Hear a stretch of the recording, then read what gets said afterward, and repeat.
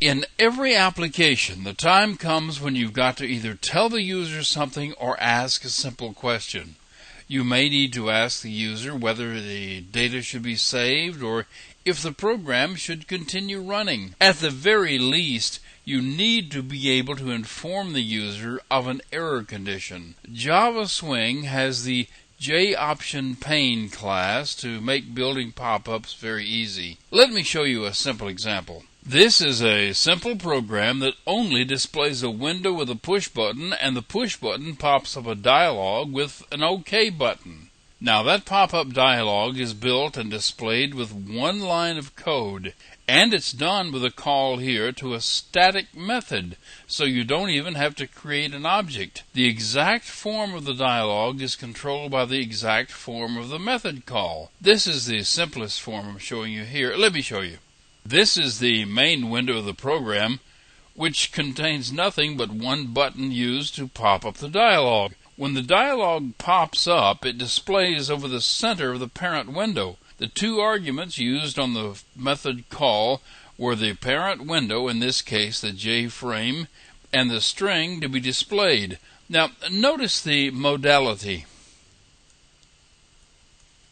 The parent window can be viewed, but it has been disabled. You can't do anything with it until you close the dialog. That's a safety measure. You can't go on with your program until the user responds. In fact, the method call that you made doesn't return until the user responds. By selecting the proper option dialog method, you can give the user more than one choice, and the method can return a code that will indicate which choice was made. The returned value is an integer indicating which button was selected. In this example, the showConfirm dialog method was used. The dialog has three buttons, yes, no, and cancel, numbered 0, 1, and 2. The method doesn't return, remember, until the user makes a selection, so the program runs like this.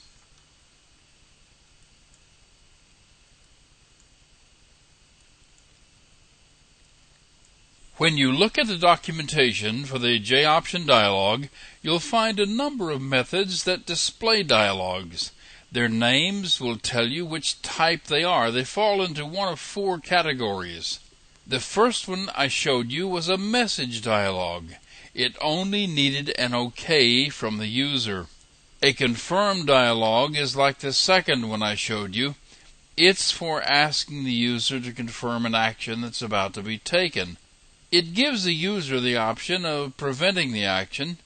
An example of this would be the famous "Are you sure" window that pops up. Some dialogs request information input from the user. This is usually something like a file name.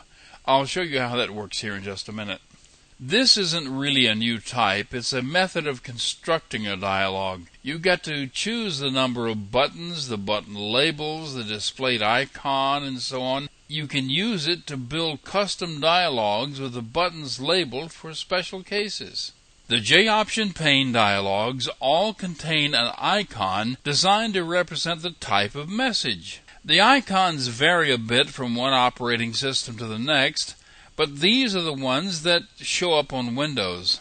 This is the icon for information, as you saw in an earlier example. And this is the icon shown when a dialog is being displayed to ask a question. This icon is displayed when warning the user about something.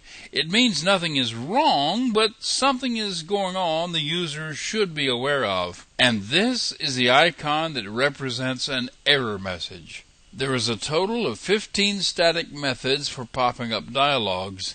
Here is an example of one that requires input. This dialog will expect a choice of one member from its list. The program specifies the title of the dialog and a prompt for input, as well as the icon specifying the message type. It works like this.